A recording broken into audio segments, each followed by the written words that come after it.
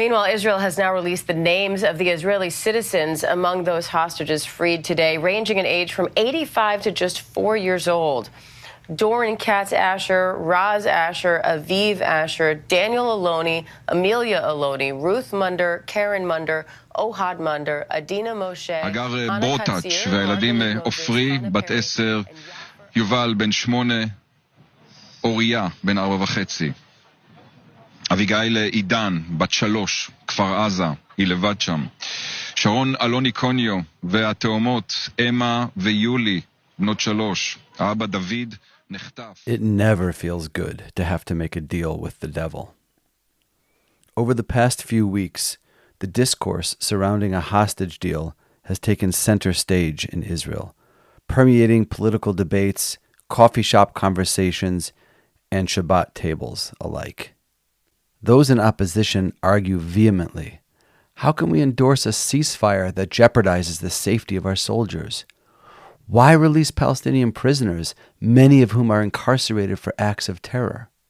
And why engage in negotiations with a group that has established itself as a murderous and sadistic terrorist organization? But regardless of where one stands on this Faustian bargain, one thing is for sure.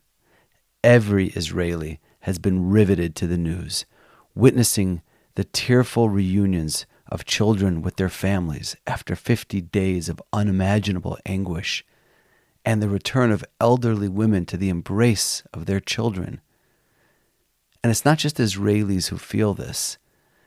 As this dramatic saga unfolds, the world has collectively pondered, how would I feel if I were one of those children or one of the parents enduring such an ordeal?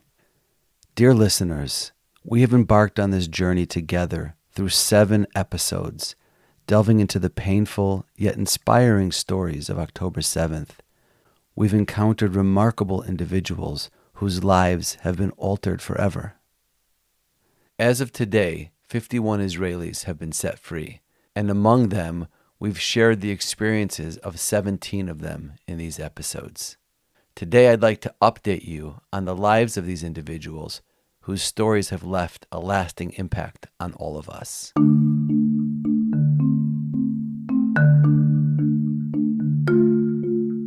Let's start with our precious 3-year-old Avigail Idan from Kibbutz Kfar Aza.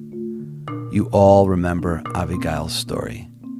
On October 7th, her parents, Ro'i and Smadar, were murdered before her eyes. Her father, Ro'i, was holding Avigail in his arms when he was killed, while her siblings, Michael and Amelia, watched the tragedy unfold from a closet where they were hiding in the safe room. Their mother, Smadar, was also gunned down in that same room. Covered in her father's blood, Avigail ran toward the house of a neighbor, Avichai Broditz. Avichai rushed her into his so-called safe room, where he was hiding with his wife Hagar and 3 of their children, Ofri, who had her 10th birthday in Hamas's captivity and loved playing guitar and listening to rock and roll, Yuval, who was 9 and couldn't get enough of playing Minecraft with his friends, and Uriah, who was just 4 and had a knack for tracking mud across the house while playing with his trucks. Avichai ran to the kibbutz armory to grab a gun to defend his family, but when he returned, his wife, their 3 children, and Avigail were gone. 7 weeks later, Avigail spent her 4th birthday in Hamas's captivity. On Sunday, she was finally freed as one of the hostages released in the deal. But she isn't coming back to her home or to her parents.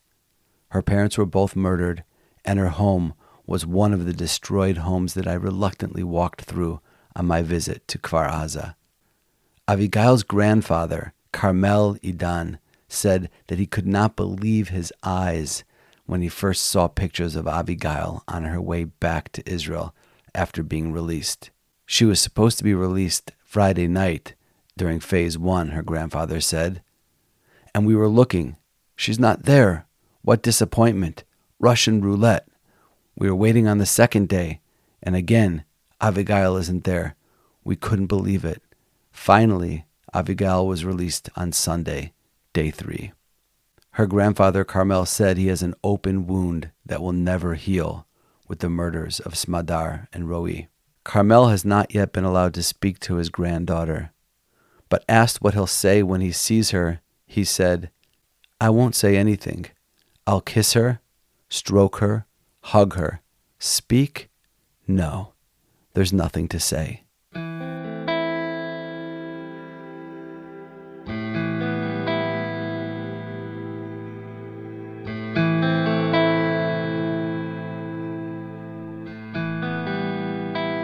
For 50 days since his family was kidnapped, Avichai Brodetz, who ran back to get his gun only to return and find that his family had been taken, has barely slept a night.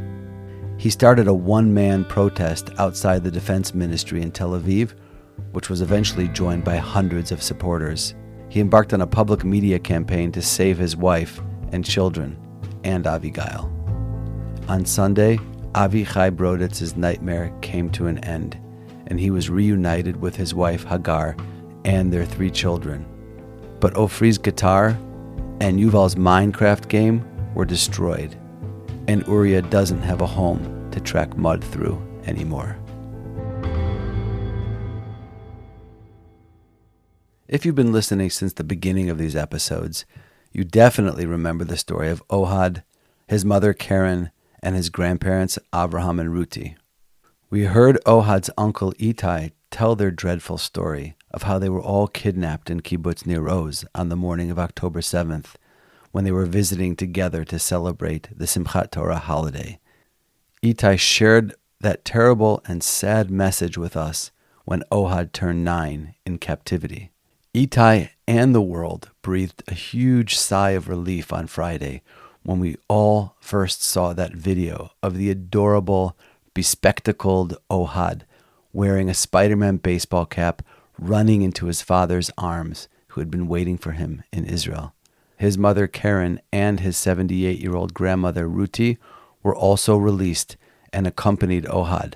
But his grandfather, Avraham, who Itai told us was quite ill and couldn't walk on his own, still hasn't returned. Despite being close to 80, he is considered to be a soldier by Hamas.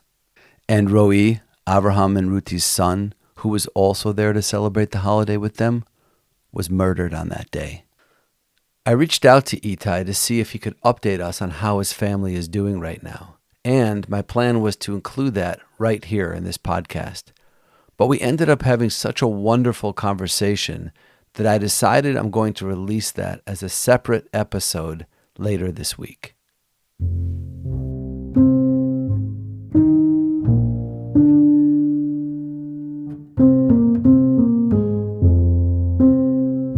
For those of you who heard the episode where we caught up with families as they marched from Tel Aviv to Jerusalem to raise awareness, you definitely remember Yair Moses. Yair shared with us that both his mother, Margalit, who is 77, and his father, Gadi Moses, who is almost 80, were both taken captive from their homes in Nir Oz. He told us how his mother, Margalit, loved to knit and had just started a project knitting hats for premature babies in the hospital. He described his father, Gadi, as a man of the earth who had been working in agriculture for over 60 years. On Friday, Yair was reunited with his mother as she was released with the first round of hostages. But his father, Gadi, remains in captivity and is also considered to be a soldier by Hamas. I was able to reach Yair by phone today to ask him how his mother is doing. Hello? Yair? Yes, Hi, Yair. It's David. How are you? I'm okay, thank you. How are you? I am good. Thanks for taking my call. I have been following the news, as all of us have, obviously, and we saw the wonderful news about your mother coming home. Of course, the very sad news about your father not yet coming home. Hopefully that'll be soon. But I wanted to check in and hear how your mother's feeling and how she's doing and what she's been sharing with you, and anything you can share with our listeners who heard your story. Okay, sure. Well, first, my mother is feeling okay, and considering this 7 weeks that she was there. She's talking to us, she's sharing, she's very, very happy, like all of us, that she's back home. I cannot give you too many details about there because we're asked not to share it, because it's very important to keep the safety of the people that are still there. Too much information, not about people, not about location, not about anything. We left the hospital today, so it's another huge step forward, which means our health is okay, and we can start to rebuild our life. Where is she going to go now? It's a place, it's a house. We don't share it because we don't want people, to come there.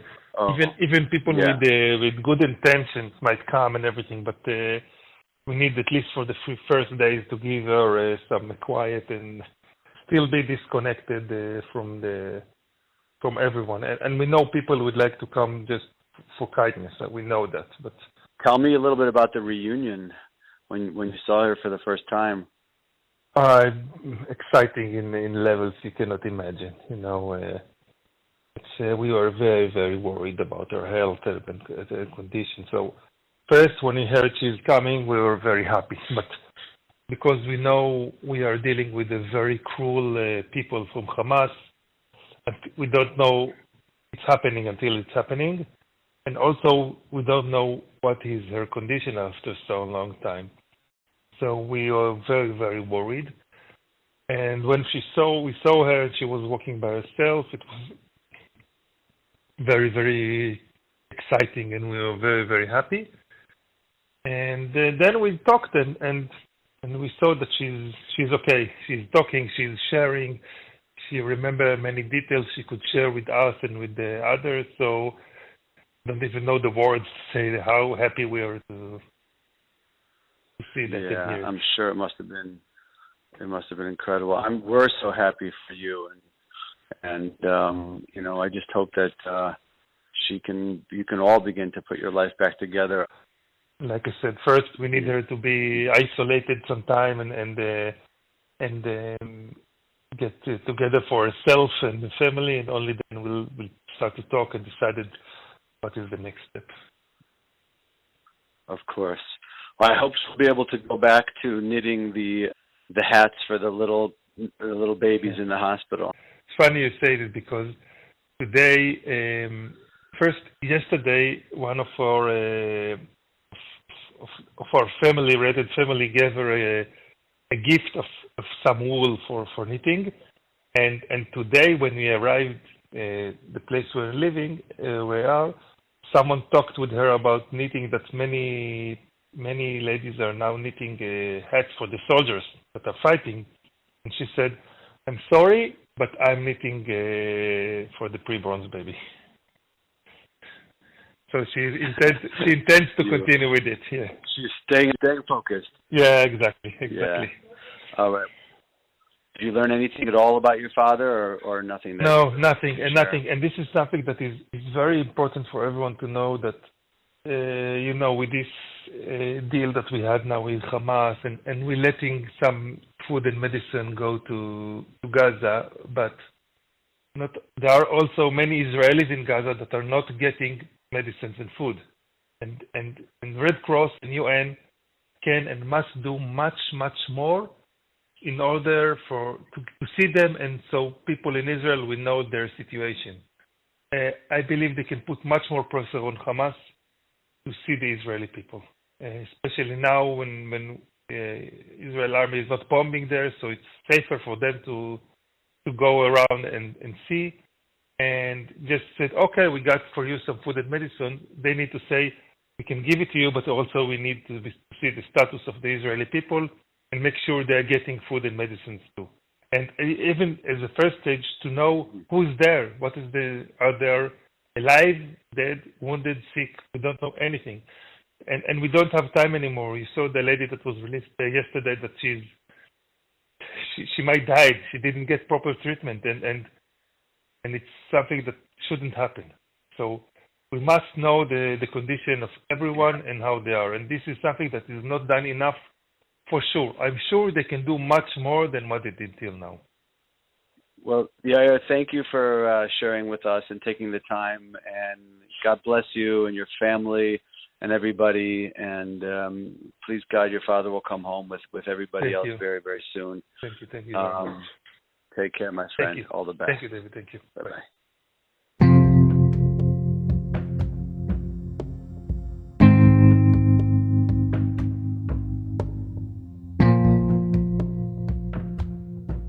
Now let's go back for a moment to that dreaded pogrom that took place in Kibbutz Be'eri. As you recall, our visit there with Shlomi, the Israeli soldier who guided us there with the sensitivity of a seasoned social worker, began at the burnt-out home of Avshalom and Shoshan Haran, which sits just a few feet from the perimeter fence, which is 2 miles from Gaza.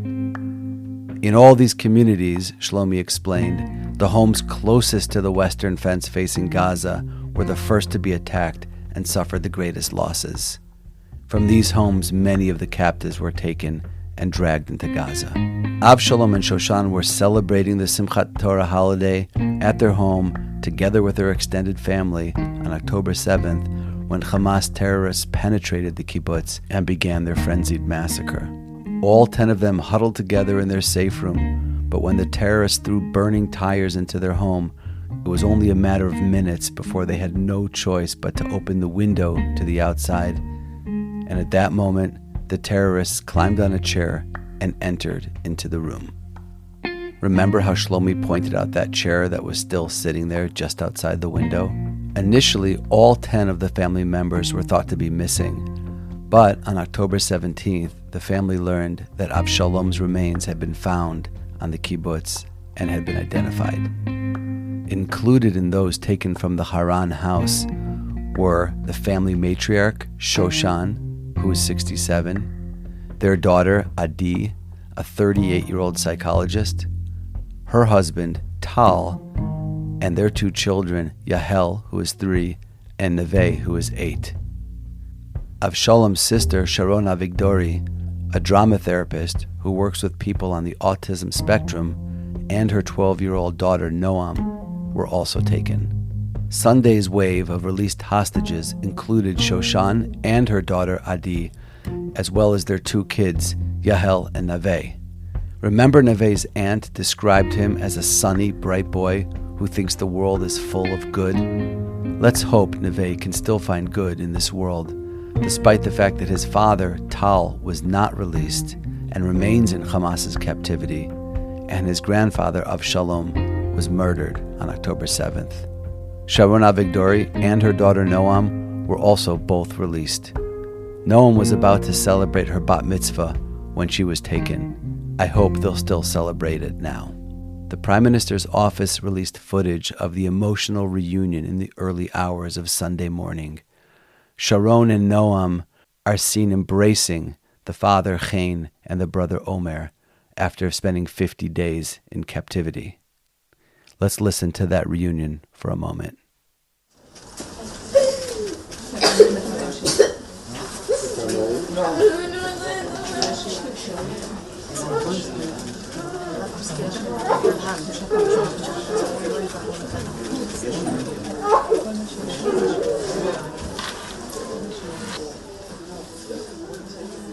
In the upcoming series on Kibbutz Be'eri, we'll tour a Dead Sea resort turned refugee center with Yair Rotem. Yair's sister Raya and her daughter Hila were seized in Be'eri that morning. Hila, thank God, has returned to Israel, but in yet another act of evil and in violation of the transfer agreement, her mother Raya is still being held in captivity. We'll hear their story in an upcoming episode. We'll also meet Nir Shani from Be'eri, whose 16-year-old son Amit was carted into captivity while tied to 2 neighbors as his mom and sisters could only sit and watch. As of this recording, Amit remains in Hamas's captivity. I hope and pray that by the time I introduce you to Yair and Nir, that I will be able to share the news that Raya and Amit are home with their families.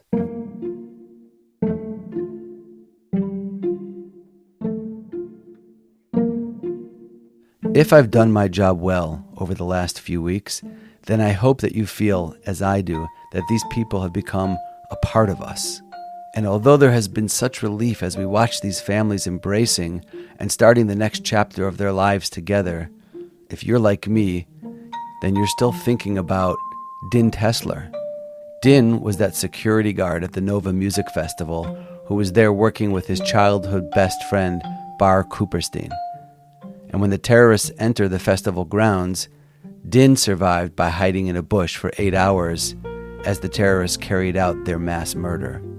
But the 21-year-old Bar, who we saw on a video looking like he was being tortured, he's not home yet. And what about Ziv, that adorable, wise beyond his years 12-year-old who told us about his big brother, Rom Braslavsky, who he just can't wait to hug when he gets home.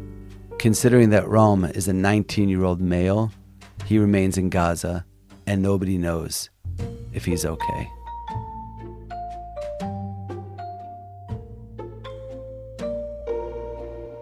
Before I sign off, I feel compelled just to mention one last thing.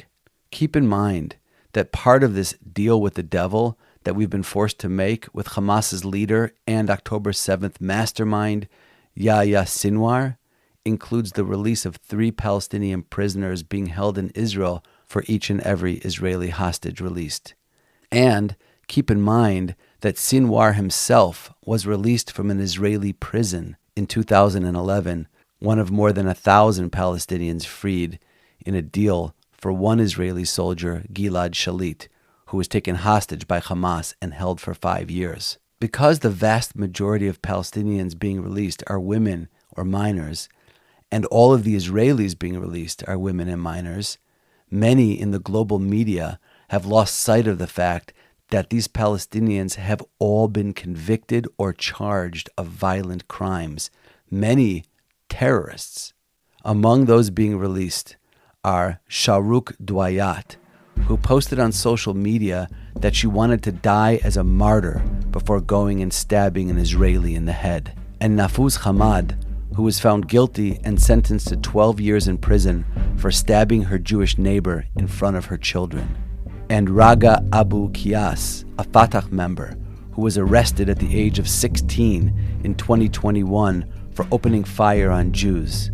Because nobody died in this attack, Kias received a lenient sentence of 5 years and 2 months and was added to the release list. Saadi Abu Adi, who's associated with Hamas, was arrested at the age of 17 in 2023. His charges include opening fire on Jews and throwing rocks.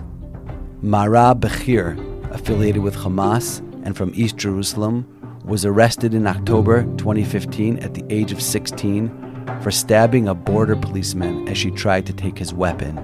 She received an 8.5-year sentence and is now being released to return home to Jerusalem. Ahmed Marzouk, 18, was arrested 4 months ago, facing charges for assaulting police, arson, possession of weapons, and other offenses. Amani Hashim is 37 and was arrested in 2016 and charged with inflicting grievous bodily harm while armed with knives and daggers. Walila Khaled is 26 and was arrested last year, facing charges of attempted murder and possession of weapons and explosives.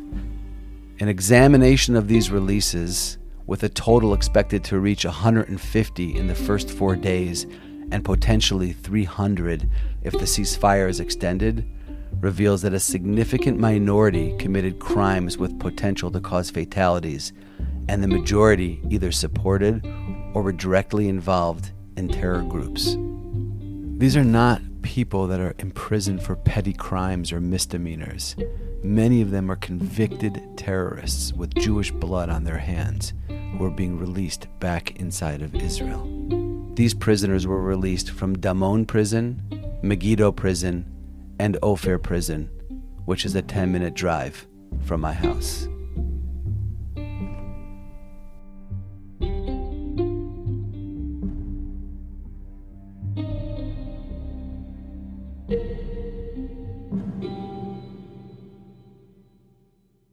This is Israel Take 3, and I'm David Began. Help us to share these stories with the world by subscribing, liking, and sharing this podcast.